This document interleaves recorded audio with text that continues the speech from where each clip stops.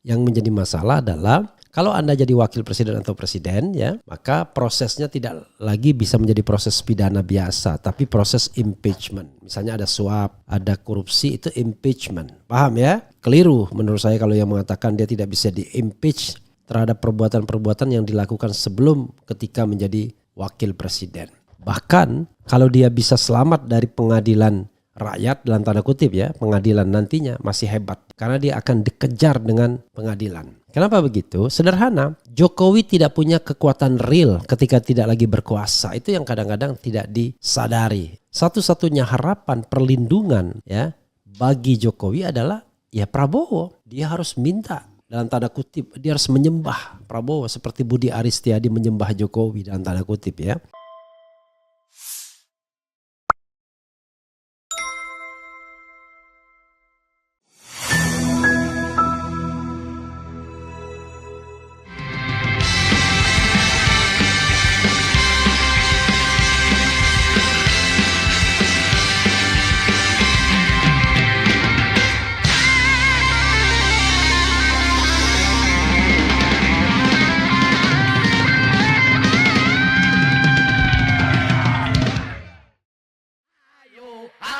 Ganyang fufu fafa, Semua ganyang fufu fafa, sekarang juga. Ayo, ayo, ganyang fufu fafa, ganyang fufu fafa sekarang juga. Ayo, ayo, yang ganyang semangat fufu semua. fafa, ganyang fufu fafa, Sekarang juga. Assalamualaikum warahmatullahi wabarakatuh. Sobat RH sekalian, jumpa lagi kita di channel yang keren ini. Keren, cadas. Ya, Sobat RH sekalian, terpikir enggak ya anak tengil itu 10 tahun kemudian akan menjadi wakil presiden. Tapi walaupun sudah terpilih sebagai wakil presiden, tetap saja orang tidak menganggapnya sebagai seorang tokoh yang incredible, yang luar biasa, yang meniti jalur karirnya luar biasa sehingga pantas menjadi wakil presiden. Yang ada ya tetap dianggap anak haram konstitusi yang memanfaatkan relasi keluarga untuk mendapatkan putusan yang menguntungkan dirinya. Kemudian bisa dicalonkan karena ayahnya menjadi presiden menggunakan jaringan yang dipunyai, yaitu jaringan kekuasaan baik kuasa maupun anggaran. Sayang sekali kita tidak bisa menyetopnya praktik-praktik yang kotor seperti ini dalam berdemokrasi. Makanya dibilang orang dirty election, dirty vote dan lain sebagainya. Sayang ya. Dan Prabowo mendapatkan manfaat terbesar dari praktik dirty election seperti ini. Tetapi ya whatever it is ya, atas nama konstitusi keduanya harus dilantik pada tanggal 20 Oktober nanti. Perkara kemudian ada upaya untuk melakukan impeachment, ya kita lihat konstelasi politiknya. Kalau sudah alasan, kalau hanya sekedar alasan, alasannya banyak yang saya katakan. Bisa S3 ya, setoran Saban Sabtu sebagaimana di-spill oleh Rocky Gerung, bisa perbuatan tercela Fufu Fafa ya, dan kemudian katanya ada akun yang lainnya. Nanti kita lihat Warm Spring atau apa ya, belum saya lihat ya. Yang ketiga adalah tidak lagi memenuhi syarat sebagai presiden dan wakil presiden karena permasalahan di ijazah. Nah nanti kita lihat apakah itu akan dieksploitasi oleh anggota DPR yang baru ini atau tidak. Tetapi one thing for sure, segala sesuatunya bergantung pada Prabowo Subianto. Kalau Prabowo memerintahkan ganti Gibran, maka Gibran akan diganti dengan kesalahan-kesalahan yang dia perbuat. Dan sekali lagi saya katakan Sobat RH sekalian, itu tidak mesti perbuatannya pada saat dia menjadi wakil presiden. Sebelum menjadi wakil presiden pun sah untuk dipermasalahkan. Sebagai contoh beginilah, tindak pidana korupsi. Tidak mesti ketika dia menjadi wakil presiden lalu tindak pidana korupsinya tidak bisa diusut, ya enggak begitu. Enak betul kalau jadi presiden dan wakil presiden itu bukan berarti cuci dosa di masa lalu. Yang menjadi masalah adalah kalau Anda jadi wakil presiden atau presiden ya, maka prosesnya tidak lagi bisa menjadi proses pidana biasa, tapi proses impeachment. Misalnya ada suap, ada korupsi, itu impeachment. Paham ya?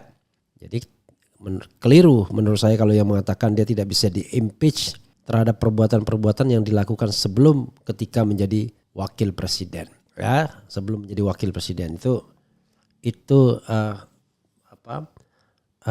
suatu pendapat yang berusaha melindungi tetapi tidak benar ya. Karena kalau begitu nanti ada presiden yang korupsi dengan alasan dia wakil presiden nggak bisa diproses. Oh bisa proses melalui polisi? Ya nggak bisa. Tidak ada seorang presiden dan wakil presiden dipanggil ya polisi karena melakukan tindak pidana. Yang selalu ada adalah karena baginya berlaku privilege ya. Jadi proses itu tidak boleh dia jalani karena kalau dia misalnya menjalani proses pidana biasa ya gawat. Apalagi tiba-tiba ditangkap dia kan nggak bisa begitu ya. Itu kepastiannya di dalam hukum tata negara Indonesia ya. Oke. Sobat era sekalian, ini ada tagar ganyang Jokowi Gibran trending di X warganet _2 hukum menanti setelah lengser. Ini kemarin ya trendingnya. Saya ingin mengatakan kenapa bisa trending seperti ini kan gawat sekali ya. Oke, glora.com. Tagar hashtag ganyang Jokowi Gibran menduduki trending topik di media sosial X Indonesia kemarin. Berdasarkan pantauan suara Nusantara.com pada pukul 08.25, tagar itu telah mendapatkan cuitan sebanyak 15.000 lebih tweet. Adapun arti dari tagar tersebut yaitu penyeruan untuk mengalahkan Presiden Joko Widodo, Jokowi dan Gibran Raka Buming Raka ya. Jadi sobat era sekalian tuh ya. Oke. Saat ditelusuri banyak warganet yang mencela Jokowi beserta keluarganya. Salah satu mencelanya yakni Jokowi dianggap sebagai perusak negara Indonesia. Jokowi adalah presiden yang paling menyengsarakan rakyat Indonesia. Jokowi adalah pengkhianat besar, tulis akun X @MichaelAdam77 ya. _. 10 tahun dipimpin Jokowi, Indonesia masuk daftar 100 negara paling miskin di dunia. Separuh lebih penduduk tak mampu makan bergizi. Tapi anak-anak presidennya bisa naik jet pribadi, punya tambang emas, tambang batubara dan lain-lain, kata @dancer sejati 07. Sudah berhasil merusak tatanan hukum, institusi hingga mengedepankan dinasti. Sekarang mulai merusak lingkungan hidup. Memang tidak habis-habisnya merusak negeri ini. Sedimen dikeruk habis akan merusak lingkungan sekitar, ucap akun Sarpan Sark ya. Kemudian ada beberapa tweet gini ya.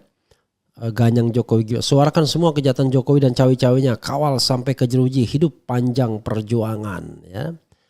Kemudian ada juga yang mengatakan, ini Michael Adam ya, hukum dirusak oleh Jokowi dan oligarki, kasus jet pribadi Kaisang yang klarifikasi KPK RI, kasus Pufu Papa Gibran yang klarifikasi Kemkominfo. Harus ada revolusi rakyat untuk selamatkan Indonesia. Mulyono bin Jokowi sekarang terkenal dengan busuknya. Sekeluarga semua bermasalah hukum, menanti hukuman setelah lengser. Ya saudara sekalian, sederhananya begini ya.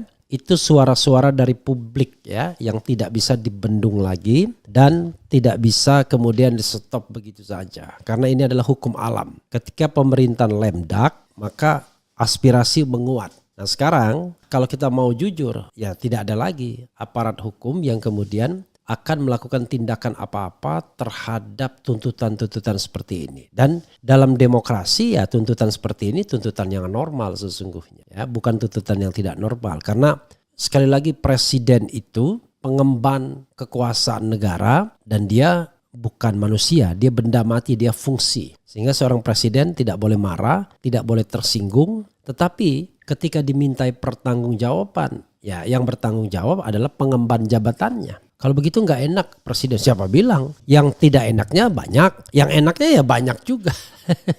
Siapa yang bisa menikmati pesawat kepresidenan bolak-balik? Siapa yang hidupnya 5 tahun yang tidak pusing dengan segala fasilitas yang diperolehnya? Kan presiden. Siapa yang bisa memerintahkan ini dan itu? Tapi begitu datang tidak enaknya, jangan dihitung tidak enaknya doang. Karena segala jabatan itu mengandung konsekuensi, menuntut konsekuensi. Jadi kalau sekarang banyak rakyat mengkritik, ya itu imbas dari kinerja Jokowi yang tidak memuaskan atau memunculkan masalah yang luar biasa. Jadi kalau selama ini di bos ya dengan katanya tingkat kepuasan 80% oleh Kodari. Saya sekali lagi menyebarkan oleh Kodari ya. Oleh Kodari, entah nanti Kodari datang apa enggak tanggal 22 September sebagai pembela Jokowi ya, sebagai bagian dari pasukan berani mati itu. Maka saya mengatakan kata Kodari ini sebagai sebagai sebuah fenomena, bukan orangnya ya. Jadi kodarisme. Jadi saya mengatakan kodarisme ya. Orang yang memuja-muja Jokowi padahal yang dipuja-puja itu sedang dihujat luar biasa. Karena tadi begitu percaya dengan hasil survei bahwa orang puas dengan Jokowi. Padahal yang terjadi sebaliknya. Ya, dia sedang surut kekuasaannya. The King of Java ini sedang surut kekuasaannya. Dan kemudian cenderung akan ditinggalkan. Ya. Bahkan kalau dia bisa selamat dari pengadilan rakyat dalam tanda kutip ya, pengadilan nantinya masih hebat karena dia akan dikejar dengan pengadilan. Kenapa begitu? Sederhana, Jokowi tidak punya kekuatan real ketika tidak lagi berkuasa. Itu yang kadang-kadang tidak disadari ya oleh kodarisme ya. Kenapa? Kalau Megawati dia step down, dia masih ada PDIP. Kalau Gus Dur step down, dia masih ada PKB dan NU ya. Sehingga dia tidak bisa disenggol, tidak bisa diganggu-gugat. Tapi Jokowi dia tidak punya apa-apa. Ketika berkuasa dia powerful, ketika tidak berkuasa dia tidak punya gantungan lagi. SBY masih ada Demokrat, sehingga masih akan ada pembelanya. Oh, Jokowi punya Golkar. Golkar mau diandalkan untuk membela. Kita tahu Golkar itu adalah partai yang paling pragmatis ya. Saya kira Bahlil sebentar lagi lebih akan melipir kepada Prabowo. Nah, satu-satunya harapan perlindungan ya bagi Jokowi adalah ya Prabowo. Dia harus minta dalam tanda kutip, dia harus menyembah Prabowo seperti Budi Aristiadi menyembah Jokowi dalam tanda kutip ya. Nah, hanya itulah pelindungnya dia. Oh, kan dia masih memegang oligarki. Oligarki itu akan pindah sendiri pada penguasa yang baru. Itu sudah hukum alam. Tidak ada oligarki yang setia pada presiden yang sudah tidak berkuasa lagi. Itu menyalahi hukum alam, menyalahi hukum alam, the natural of law. Ya, jadi begitu sobat era sekalian ya. Nah sekarang ya kita akan lihat bagaimana nanti Prabowo, karena Prabowo pernah mengatakan kalau Bapak dicubit, kami yang akan merasa sakitnya. Ya sekarang ketika berkuasa. Ketika tidak berkuasa lagi, Prabowo akan mengatakan saya presiden, Surya Paloh anak buah saya sekarang. Kan begitu. Bayangkan belum dilantik aja dia bilang Surya Paloh anak buahnya. Ya. Jokowi anak buahnya. Yes, ya, he is former president of Republic of Indonesia. Tetapi tetap saja dia menjadi anak buah. Kalau sekarang misalnya titipan-titipan Jokowi itu diambil oleh Prabowo Subianto, yakinlah mereka-mereka yang biasa berkhianat ini akan mengkhianati Jokowi juga. Jadi mereka tidak akan setia lagi kepada Jokowi. Mereka pasti akan setia kepada Prabowo Subianto. You name it, ya, everybody ya. Termasuk ketua umum partai yang baru, termasuk menteri yang barangkali jago fundraising untuk memenangkan Prabowo Jokowi. Enggak, Prabowo Gibran. Jadi tidak akan lagi setia kepada Jokowi. Nah, inilah hukum alam kalau penguasa itu menyakiti hati rakyatnya. Begitu dia menyakiti hati rakyatnya, ya balasannya seperti ini. Ya, kemana-mana sudah diteriaki Mulyono dan lain sebagainya. Ini pembelajaran bagi siapa saja. Ya, maka terhadap pemerintahan seperti ini, di mana dia terjadi delegitimasi luar biasa. Maka jalannya adalah dua saja, pasrah atau kemudian memunculkan kelompok-kelompok kekerasan. Nah kelompok-kelompok kekerasan inilah yang kemudian mau dimobilisasi dengan pasukan berani mati katanya. Padahal tidak mungkin pasukan ini bergerak sendiri tanpa biaya.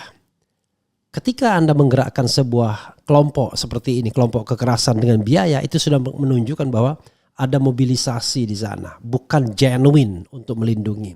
Beda dengan demo 22 Agustus kemarin misalnya. Itu genuine, hanya dalam jangka waktu 1 hari terjadi demo besar-besaran. Itu genuine. Tetapi ya mungkin ada keterlibatan asing dan lain sebagainya. Tetapi tidak bisa dia masuk satu kelompok saja. Karena semua bergerak dan ini lebih genuine. Tapi kalau nanti 22 September itu 1 bulan kemudian itu sudah terlihat tidak genuine ya.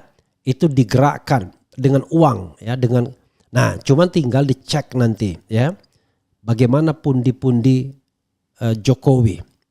Apakah benar isu yang mengatakan dia uangnya banyak sekali ya dalam bentuk cash misalnya. Itu harus dicek. Tetapi apakah berani dicek atau tidak oleh Prabowo? Ya kita tidak tahu sejauh mana dia terlibat atau tidak. Karena dalam pemilu itu bro, kalau Anda tidak punya cash banyak, Anda tidak bisa mempengaruhi apa-apa. Jadi kalau Anda bisa membiayai saksi misalnya, yang saya dengar dari katakanlah pengurus partai politik, ada biaya saksi ya 200.000 per kepala misalnya. Itu luar biasa. Artinya uangnya berapa dikalikan aja. Ya. Kalau seandainya jumlah TPS sekian dan 1 TPS 2 saksi kalikan. Dari mana uang seperti itu ya? Tidak mungkin kan uang itu didapat dengan jalan yang legal. Pasti jalan yang ilegal. Itu yang harus kita pahami bagaimana rusaknya negara ini. Seorang Menteri Jokowi ngomong negara ini serusak-rusaknya katanya. Tetapi sayang memang tidak langsung ngomong dengan saya. Dengan seseorang tuh mengatakannya kepada saya. Kalau kita tidak main, orang lain yang akan main. Kalau kita tidak dahului, orang lain yang mendahului. Bayangkan, kalau itu yang terjadi ya. Dan orang-orang tersebut kemudian akan dipakai lagi oleh rezim Prabowo. Ya podo wae namanya omon-omon memberantas korupsi itu. Ya itu skeptisisme saya yang mudah-mudahan tidak terjadi. Mudah-mudahan Prabowo amanah, mudah-mudahan dia tablik, mudah-mudahan dia fatona, ya, mudah-mudahan dia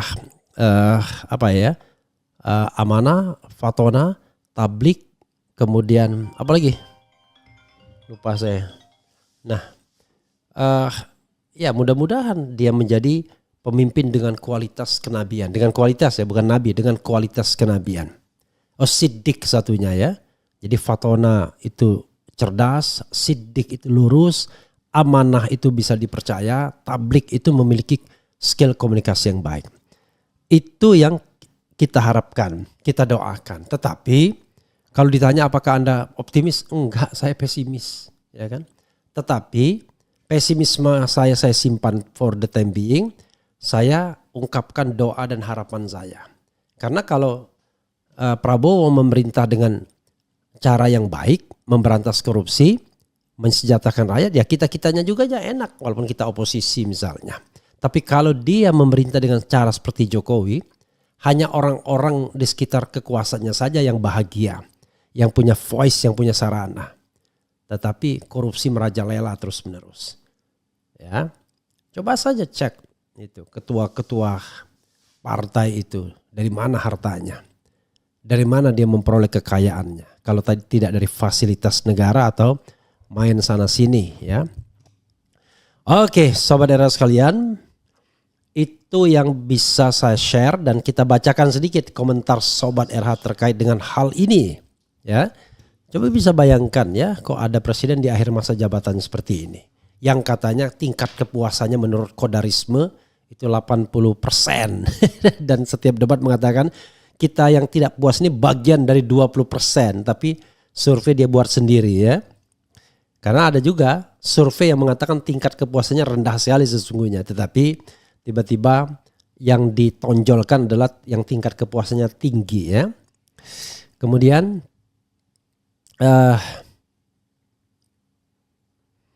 apalagi ya, Kaltim hadir, waalaikumsalam, amin amin, semoga saja azab akan dilaksanakan. Kemudian hadir dan nyimak, izin share, sukron, jazakumullah khairan kasiro, barakallahu fikum ya. Tobelo Halmahera Utara hadir, perusak demokrasi. Kemudian Ganyang Jokowi Gibran, rusaknya sebuah negara apabila dipimpin bukan ahlinya. Soalnya bukan urusan ya. Urusan ya. Tapi kalau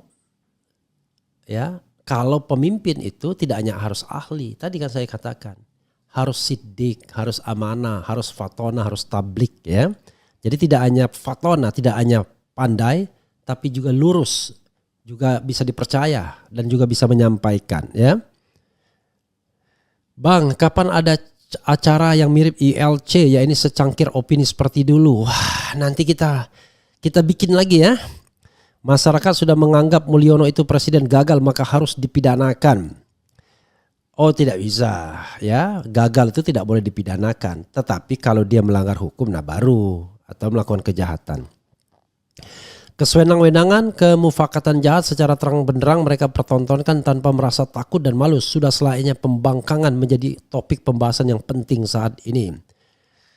Keserakahanmu yang menghancurkanmu, bukannya presiden wakil presiden kebal hukum. Ya kebal hukum tuh kalau rakyatnya diam saja. Kami rakyat Indonesia doakan agar PS kembali kepada kinerja dan seperti tahun 2019.